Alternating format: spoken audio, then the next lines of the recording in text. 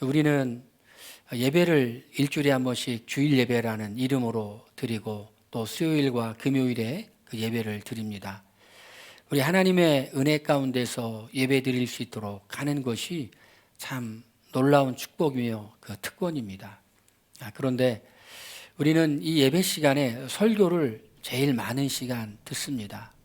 언제부터 이렇게 예배 시간에 설교가 긴 시간 중심적인 내용을 차지했냐면 종교개혁 이후부터 예배 시간에 하나님 말씀을 증거하는 설교 시간이 길어졌습니다. 그 전에는 다른 의식들이 많이 있었습니다. 왜 개신교는 이렇게 예배 시간에 긴 시간 설교를 하느냐 하면 오직 믿음으로 그리고 오직 성경, 만인 제사장주의에 입각한 종교개혁의 전통을 이어받아 하나님의 말씀인 성경을 우리가 잘 알고 삶 속에 적용해야 되겠다. 그래서 예배 시간에 설교 시간이 가장 중심적인 역할을 차지하고 있고 많은 시간을 이렇게 들여서 하나님의 말씀을 듣는 겁니다. 그러면 우리 예배 시간에 설교라는 것은 성경적으로 어떤 근거, 어떤 역사적 배경을 가지고 존재했을까? 우리 궁금한 마음이 들죠.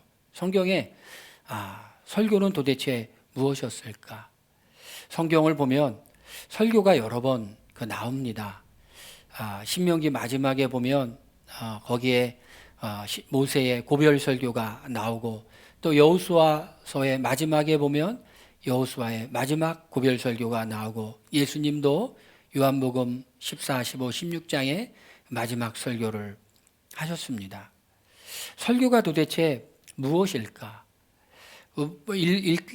현대의 그 설교학자들은 설교라는 것은 하나님의 말씀을 전하는 것이다. 그런데 하나님의 말씀은 어디 있습니까? 성경에 있는 거죠. 그 성경의 말씀을 해석하고 그 뜻을 밝히 알게 하며 그리고 그 성경의 기초에서 우리가 어떻게 살아야 되는지를 우리가 증거하는 것, 이것이 설교라는 것입니다. 그러면 설교는 성경 말씀을 증거하는 거죠. 근데 성경을 우리 구약과 신약으로 나누는데 구약은 옛 언약이고 신약은 새 언약이다. 이렇게 말하잖아요. 성경은 언약의 책입니다. 언약의 책. 언약은 무엇이냐면 하나님과 인간이 약속한 것이 언약입니다. 하나님과 인간이 많은 약속을 했습니다. 성경에 보니까.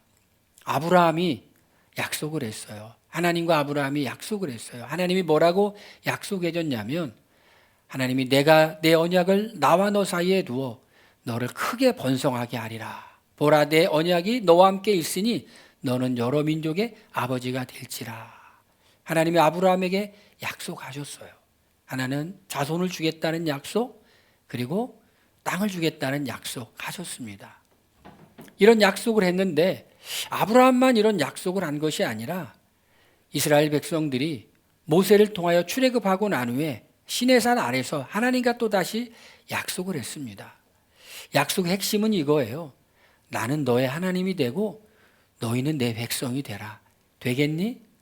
그런데 너희들이 내 백성이 되고 내가 너희의 하나님이 되기 위해서는 중요한 게 있어. 언약의 내용이 있어.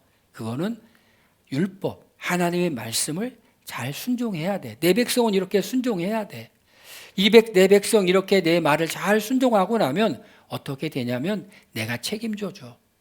그러나 내 백성이 내 약속을 지키지 않으면, 언약을 지키지 않으면 내가 책임지지 않아. 하나님께서 책임져 주시는 게 뭐냐면 그게 축복입니다. 하나님께서 책임져 주지 않는 게 저주라는 것이에요. 우리가 이 땅에 살아가면서 하나님이 책임져 주는 인생, 하나님이 우리에게 복 주시는 인생이라는 것이에요. 그래서 출애굽기 24장에 보니까 하나님으로부터 모세가 하나님의 말씀을 받아가지고 백성들에게 전해줍니다. 하나님이 나에게 이런 말씀을 하셨는데 너희들에게 전하노니 너희가 이 말씀을 듣고 이 말씀에 순종할 수 있겠어? 그러면 하나님과 언약을 맺고 하나님의 백성이 되자. 하고 싶으면 하고 못하겠으면 못하는 거야. 이스라엘 백성들이 어떻게 했습니까? 하나님이 우리를 애굽에서 인도해 내셨고 광야에서 구름 기둥과 불 기둥으로 인도하시며 물이 없는 곳에서 물을 주시며 하는 걸 보니까 하나님 진짜 하나님이구나. 언약을 맺겠습니다. 그래서 언약을 맺는 거예요. 언약을 맺었는데 모세가 피를 가지고 반은 여러 양푼에 담고 반은 제단에 뿌리고 언약서를 가져다가 백성에게 낭독하여 듣게 하니 그들이 이르되 여호와의 모든 말씀을 우리가 준행하리이다. 그래요. 제단에다가 피의 반을 뿌리고 반을 백성들에게 뿌리는 상징적인 행위를 하는 거예요. 왜 피를 뿌릴까요? 이 언약을 피로 맺는 피의 언약이라는 거예요. 하나님의 언약을 꼭 지키겠다는 겁니다. 이 언약을 지키지 않으면 죽겠다, 그런 의미가 포함되어 있는 것이에요. 언약의 피라고 하는 겁니다. 여러분 어때요? 하나님이 우리 하나님이 되시면 정말 믿을만 합니까? 정말 든든합니까? 인생 살만합니까? 인생은 하나님께 맡기고 살아갈 때 행복하다는 겁니다. 이런 언약을 맺었어요. 그런데 이게 제일 중요한 핵심적인 언약이라고 하는 겁니다. 이 언약의 말씀의 기초에서 이것이 뿌리가 되고 씨가 되어서 성경 전체가 쭉 이렇게 신약과 구약으로 이렇게 형성이 되어 있는 겁니다. 하나님과 언약을 맺은 백성들. 그런데 조상들이 하나님과 언약을 맺었는데 우리는 지금 하나님과 이스라엘 백성들이 맺은 언약을 맺었을까요? 우리는 직접 당사자가 아니죠. 그리고 이스라엘 백성들이 이렇게 출애굽기 24장의 언약을 맺었는데 신명기 30장쯤 되면 그때 언약을 맺었던 백성들이 아니라는 거예요. 후손들이라는 겁니다. 우리 조상들은 그렇게 언약을 맺었지만 우리는 그렇게 언약을 직접 맺은 사람들이 아니야. 부모님들의 조상들의 믿음이 우리에게 저절로 전수되는 것이 아니라 우리가 믿음으로 하나님 앞에서 우리도 그런 언약에 동참하겠습니다라고 고백할 때 우리도 그 언약의 백성이 되는 것이에요. 신명기 31장에 보니까 이제 새로운 세대입니다. 출애굽에서 24장에 언약을 맺었던 백성들은 광야에서 다 죽고 말아요. 왜 죽었을까요? 언약을 지키지 않았기 때문에. 그때 언약을 맺었던 여호수아와 갈렙 그리고 광야에서 태어난 사람들이 이제 하나님께서 주시는 약속의 땅에 들어가기 직전에 가나안 땅 동쪽에 모압 평지에서 모세가 다시 하나님 말씀을 가르치는 겁니다. 율법의 10여 명도 다시 깨닫게 하고 그리고 광야에서 있었던 일도 백성들에게 쭉 말을 하는 겁니다. 그리고 신명기 30장쯤 가면 모세가 백성들에게 말합니다. 야, 얘들아, 백성들이요. 이제 하나님이 이렇게 이 말씀에 순종하면 복을 주고 하나님의 말씀에 순종하지 않으면 저주인데 너희가 너희 조상들이 하나님과 맺었던 이 언약을 순종하며 살아가겠냐? 이걸 이렇게 표현합니다. 신학자들은 언약갱신의식이다라고 표현을 합니다. 언약갱신의식. 언약갱신의식이라는 건 새로운 언약을 맺는 게 아니라 조상들이 맺었던 그 언약을 나도 믿음으로 나도 같은 고백을 하며 나도 그 언약의 백성이 되겠습니다. 언약갱신 의식이라는 것이. 그런데 언약갱신 의식을 하기 전에 모세가 설교를 하고 여호수아가 설교를 하는 거예요. 언약은 이런 내용이야. 하나님은 이렇게 역사해 주셨어. 하나님을 믿을 만한 분인가? 잘 생각해 보라는 것이. 그래서 하나님 말씀에 신명기 31장 12절에 이 모든 율법의 말씀을 지켜 행하게 하고 율법의 말씀을 지켜 행하게 하고 또 이 율법을 낭독하여 온 백성에게 듣게 할지니 하나님의 말씀을 듣게 하고 난 후에 백성들이 믿음으로 화합하는 겁니다. 나도 그렇게 하겠습니다. 우리 조상들이 아멘하 했던 것처럼 나도 그렇게 하겠습니다. 라면서 언약의 백성이 다시 되는 것, 이걸 언약갱신 의식이라고 합니다. 그런데 오늘 읽었던 여호수아 24장 우리가 읽지 않았던 1절에는 이렇게 기록되어 있습니다. 여호수아가 이스라엘의 모든 지파를 세겜에 모으고 이스라엘 장로들과 그들의 수령들과 재판장들과 관리들을 부르매 그들이 하나님 앞에 나와 선지라. 세겜이라는 곳에 이스라엘의 모든 지파를 모았어요. 그리고 특별히 백성들 앞에 지도자들, 장로들과 수령들과 재판장들과 관리들을 부르매 그들이 하나님 앞에 나와 선지라. 여러분, 우리 설교하는데 여호수아가 설교하는데 먼저 설교하는 여호수아가 어떤 사람이었을까요? 여호수아는 우리 흔히 생각하기를 우리 전쟁하는 사람이라고 생각하잖아요. 여호수아서를 읽어보면은 여호수아가 이스라엘 백성들과 함께 가나안 땅에 가서 많은 이방 민족들을 물리치고 땅을 점령하죠. 또 여호수아 그러면 출애굽기에 아말렉과 전쟁할 때 모세는 손을 들고 기도했고 여호수아는 나가서 전쟁했던 장군이라고 생각합니다. 틀린 생각 아니에요. 맞아요. 그런데 여호수아는 장군이기 전에 누구였을까요? 모세의 종이었어요. 모세가 시내산에 올라갈 때도 가장 가까이에 올라갔고 모세가 장막에 들어가서 기도할 때도 가장 가까이에 섬기며 하나님과 친밀히 교제하는 사람이었어요.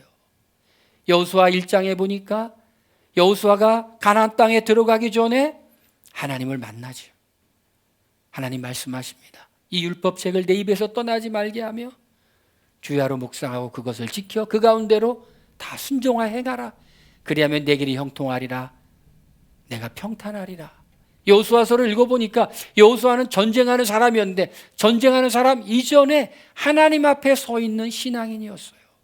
하나님과 친밀히 교제할 줄 아는 사람이었고 하나님의 인도를 받고 하나님의 음성을 듣는 사람이었어요. 그리고 그는 평생 하나님이 행하신 일을 보았던 사람, 하나님을 경험했던 사람, 생생하게 하나님이 행하심을 보았다. 이 여호수아가 이제 마지막 설교를 하는데 세겜으로 백성들을 모았어요. 세겜. 왜 세겜으로 모았을까요? 왜 이스라엘 백성들을 세겜으로 모으고 거기서 여호수아는 설교했을까요? 요즘 우리가 구약 성경 전체 통독하면서 구약 읽고 있잖아요. 세겜하면 여러분들이 조금 생각나야 될 때가 있습니다. 창세기에 보면 아브라함이 하나님의 부르심을 받고 갈대아 우르 그다음에 하란을 떠나서 가나안 땅에 처음으로 도착해서 제단을 쌓은 곳이 세겜이라는 곳입니다. 세겜. 아브라함이 그 땅을 지나 세겜의 땅 모래 상수리 나무에 이르니 그때 가나안 사람이 그 땅에 거주하였더라. 여호와께서 아브라함에게 나타나 이르시되 내가 이 땅을 내 자손에게 주리라 하신지라. 자기에게 나타나신 여호와께 그가 그곳에서 제단을 쌓고 제단을 쌓았어요. 그러니까 가나안 땅에 처음으로 아브라함이 제단을 쌓은 곳, 하나님을 예배했던 곳, 그곳이 세겜이었다는 것입니다. 상징적인 의미가 있죠. 그리고 하나님이 아브라함에게 약속하신 곳이에요. 약속하신 곳. 이 땅을 내 자손에게 주리라고 약속하신 곳. 세겜은 하나님께서 하신 언약을 생각나게 하는 곳이에요. 여호수아서에서 가장 중요한 부분이 어딜까요? 여리고성을 무너뜨리는 것이 아니에요. 여리고성 전쟁에서 승리하고 아이성 전쟁에서 승리하고 난 후에 백성들이 한 일이 있습니다. 에발산과 그린심산 사이에 제단을 쌓고 그곳에서 하나님의 말씀 언약을 낭독하고 백성들이 아멘으로 화답했어요. 우리는 그걸 뭐라고 말한다고요? 율법을 말하고 그리고 백성들이 아멘으로 화답하는 걸 뭐라고 그래요? 언약 갱신의식이라고 그래요. 하나님 말씀 이런 거야. 이런 말씀에 순종하고 나면 복이 돼. 믿을래? 아멘. 하나님 말씀 이렇게 하면 잘못 받으면 저주받아. 믿을래? 아멘. 하나님 백성 되겠습니다. 하나님이 우리 하나님이십니다. 그 땅이 바로 에발산과 그리심 사이가 세겜이라는 것입니다. 야곱의 요셉의 뼈가 묻힌 곳도 세겜 땅이었어요. 세겜이라는 곳은 이스라엘 백성에게 있어서 아브라함 자기들의 조상이 처음으로 사람이 약속을 받은 곳이고 가나안 땅에 들어와 가지고 하나님 앞에서 다시 한번 하나님의 백성이 되겠다고 언약 갱신의 의식을 했던 그곳. 그 세겜으로 하나님께서 여호수아가 이스라엘 백성들을 부릅니다. 그리고 난 다음에 그 세겜에서 하나님 앞에 백성들이 나오고 지도자들이 나온지라 그렇게 말하고 있어요. 여러분, 우리 이 자리에 나와왔잖아요. 하나님의 말씀을 들으러 나와왔어요. 이 예배당이 세겜은 아니죠. 그렇지만 이 예배당 속에서 생각나는 것이 있어요. 하나님의 말씀이 생각나요. 하나님 말씀이 내게 이렇게 하면 내 인생을 책임져 주겠다는 말씀이 생각나요. 우리 구약과 같은 성전, 그런 건물 아니죠. 이제 우리가 성전이죠. 그렇지만 이 예배당, 여기서 우리가 특별히 예배드리는 의미는 우리가 특별히 이 세상 속에서 이곳에서 주님을 찬양하고 예배하기로 결정하고 모였 이곳입니다. 저는 다른 곳에서 기도하는 것도 좋지만 이곳에서 기도하는 거 참 좋아해요.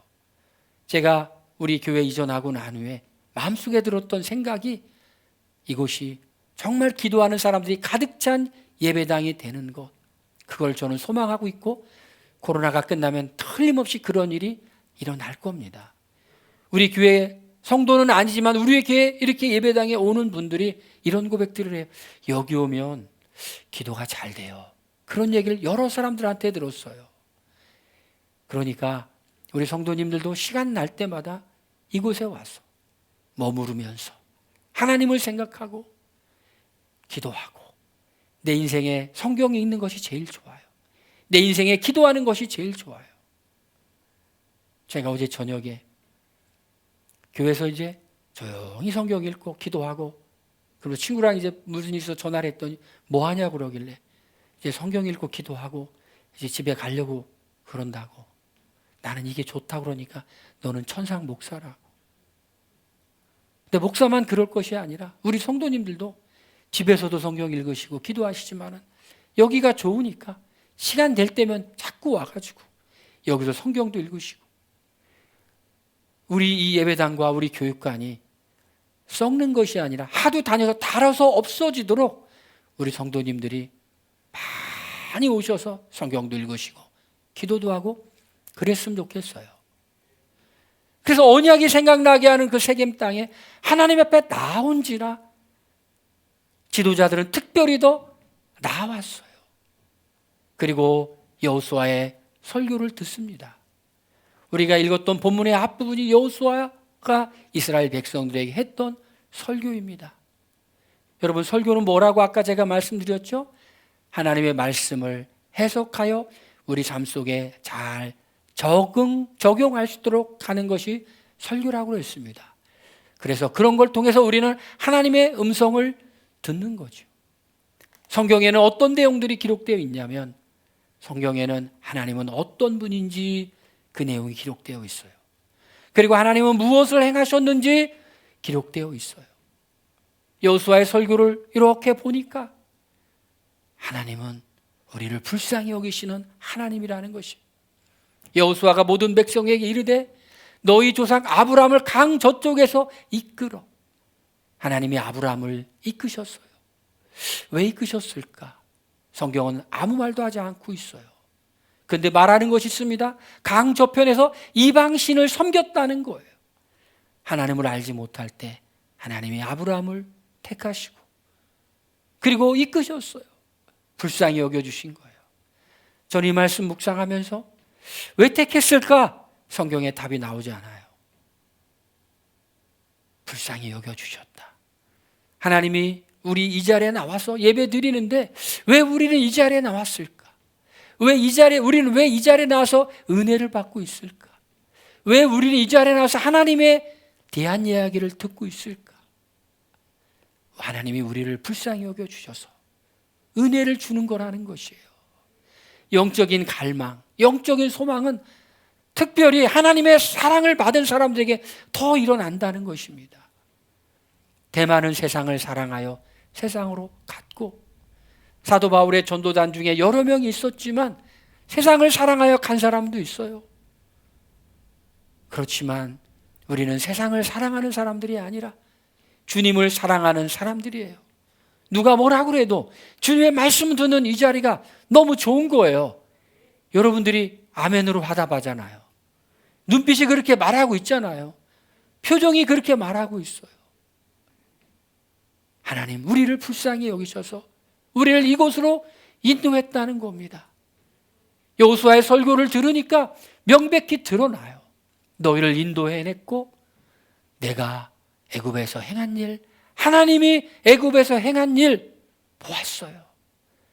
하나님의 백성 이스라엘을 출애굽시키려고 그럴 때 바로가 완강히 거부하니까 10가지 재앙을 보내셔서 그 백성들을 노예에서 끌어내셔서 자유민이 되게 하신 하나님의 은혜.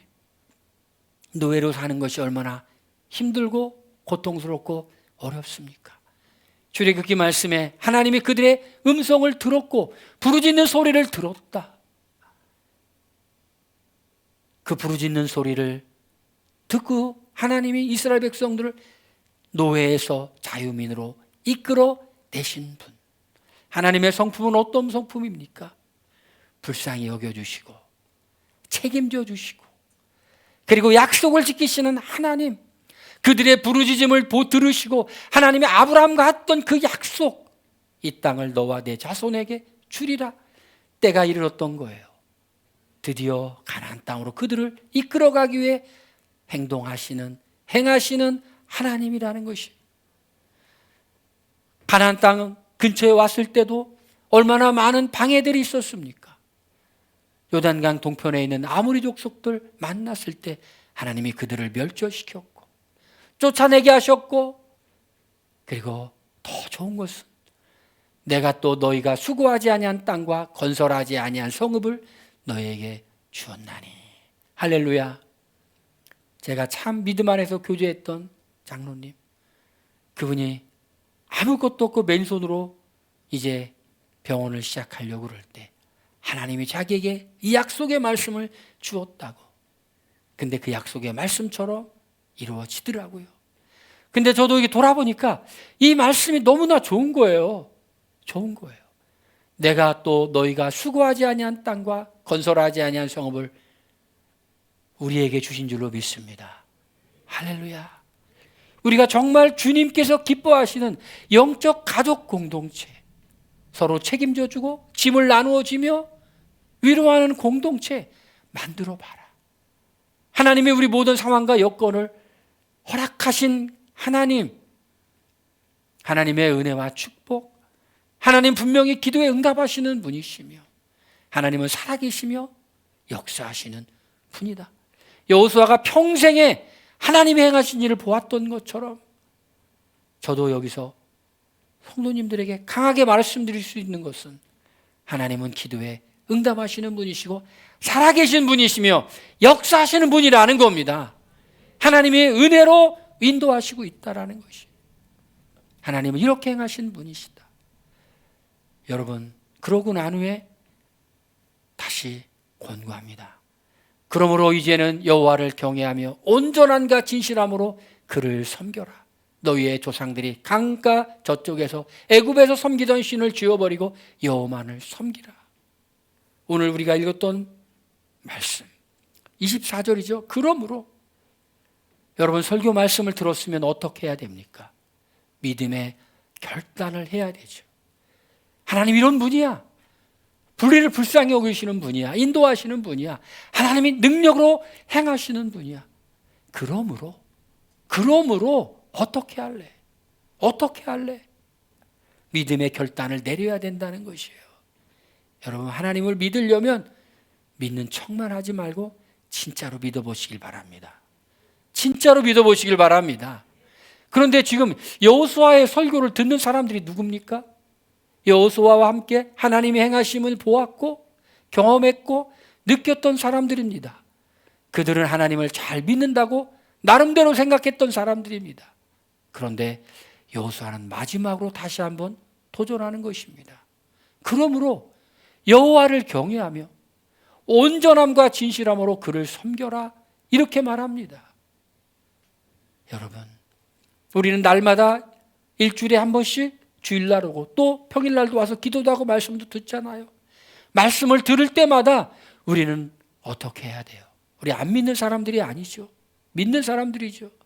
믿는 사람들인데 믿는데 그냥 믿지 말고 잘 믿으라는 겁니다. 잘 믿어라. 하나님이 책임져 주신다는 거예요. 책임져 주시는 하나님, 할렐루야. 그 하나님을 믿으라는 것이에요. 그런데 그 책임져 주신 하나님을 어떻게 믿으라는 거예요? 여호와를 경외하며. 하나님을 경외하라는 것은 하나님은 아신다는 겁니다. 아셔. 아무도 안 봐도, 아무도 몰라도 하나님은 아셔.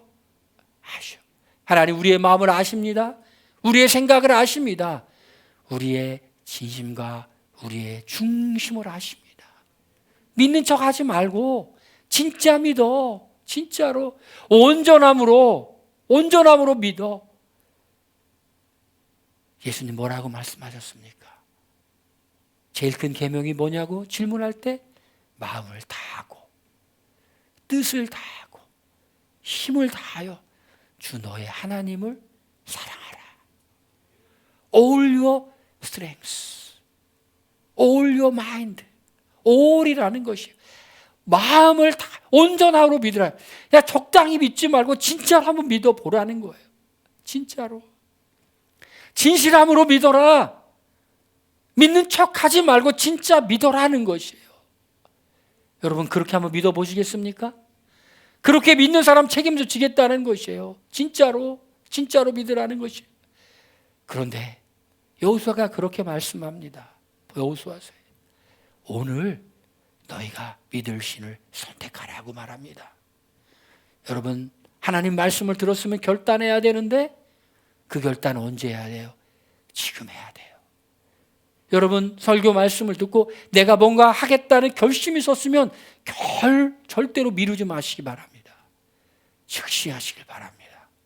즉시 순종하는 자에게 하나님이 은혜를 주십니다. 여러분 우리가 받는 축복이 뭐 물질적인 뭐 이게 좋은 직장 잡고 뭐 사업 이게 아니에요. 우리가 받는 가장 큰 축복은 하나님의 은혜를 받는 거예요. 할렐루야. 가슴이 뜨겁도록 하나님을 만나는 겁니다. 하나님이 어떤 분인지 알아가는 겁니다. 하나님이 내 인생에 대해서 어떤 생각을 갖고 있는지 깨닫는 겁니다. 그것이 우리의 가장 큰 복을 받는 거예요.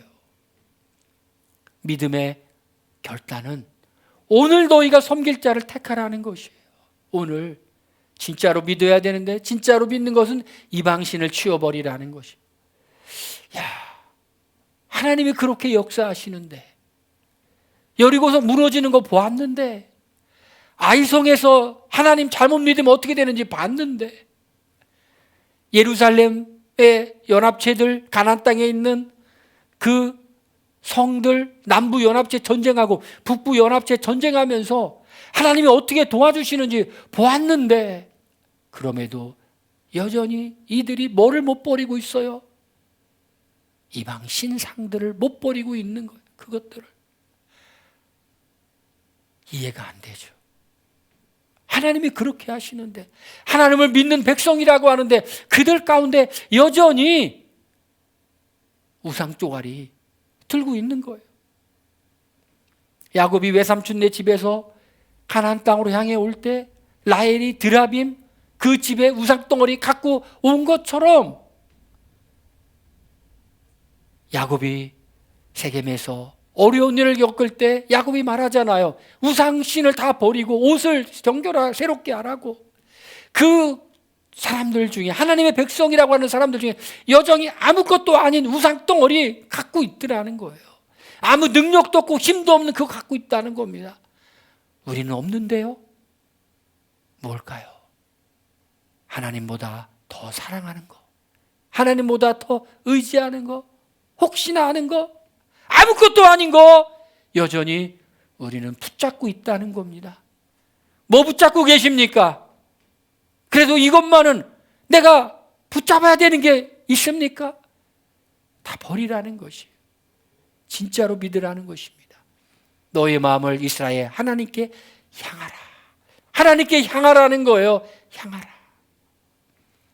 제가 나름 이제 글쓰기를 한번 이렇게 하면서 한번 필명이 있으면 좋겠다. 그래서 제 친구한테 야, 내 필명 좀 줘줘. 그랬더니 그 친구가 주향이다 한번 추천하더라고. 또 하나는 동죽도 추천하고. 주향 조금 흔하긴 한데 좀 괜찮은 것 같아요. 한문으로 3가지를 이렇게 적어왔더라고. 주님 주자에 대한 소리 향자, 주님의 소리, 너는 설교하는 사람이니까 넌 주향이 되라. 또 주님 주자에 향기 한자, 주님의 향기를 내어라. 그리고 마지막 세 번째, 주님 주자 방향 향자, 주향, 하나님만 바라봐라. 괜찮아요. 뜻은 이렇게 한문 뜻은 괜찮은데 소리가 좀 이렇게 주향, 좀 흔한데 그 중에서도 저는 첫 번째 하나님의 소리가 마음에 들어요. 세 번째도 괜찮아요. 주님을 향하라고. 그런데 23절에 너의 마음을 이스라엘 하나님께 향하라. 향하라. 여러분 마음이 지금 하나님께 향해 있으십니까?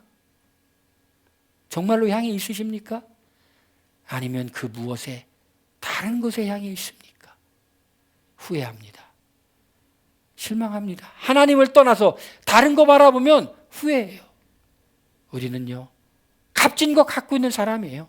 하나님과의 만남의 기쁨, 순종의 기쁨, 그걸 갖고 있는 사람들이에요. 그걸 갖고 있는 사람은 그걸 하는 거예요. 누가 뭐라고 하든 상관하지 않고 우리는 그걸 하는 사람들이에요. 오직 주님만 바라봐. 주향. 우리 하나님 여호와를 우리가 섬기고 그의 목소리를 우리가 청종하리라 하는지라. 청종한다는 말은 듣기만 한다는 게 아니에요. 귀를 기울여 들을 뿐만 아니라 순종하겠다. 진짜로 믿겠다는 겁니다.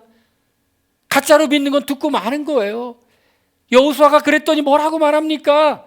야, 너희들 제대로 못 믿을 거야. 하나님은 질투하시는 하나님이야. 믿는다고 하고 안 믿을 바에는 다른 신을 섬겨.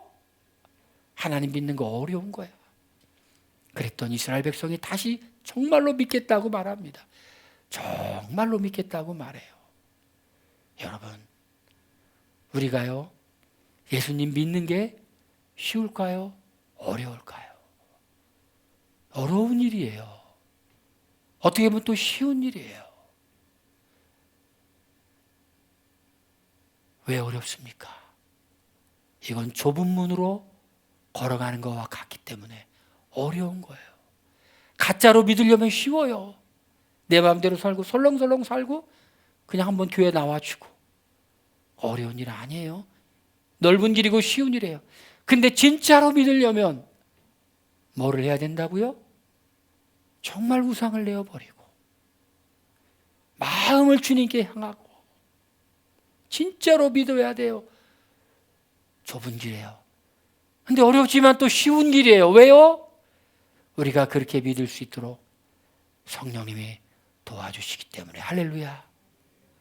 그리고 그 길이 복된 길이고 그 마지막은 생명의 길이에요. 넓은 길의 마지막은 사망인데 그 좁은 길의 마지막은 생명이에요.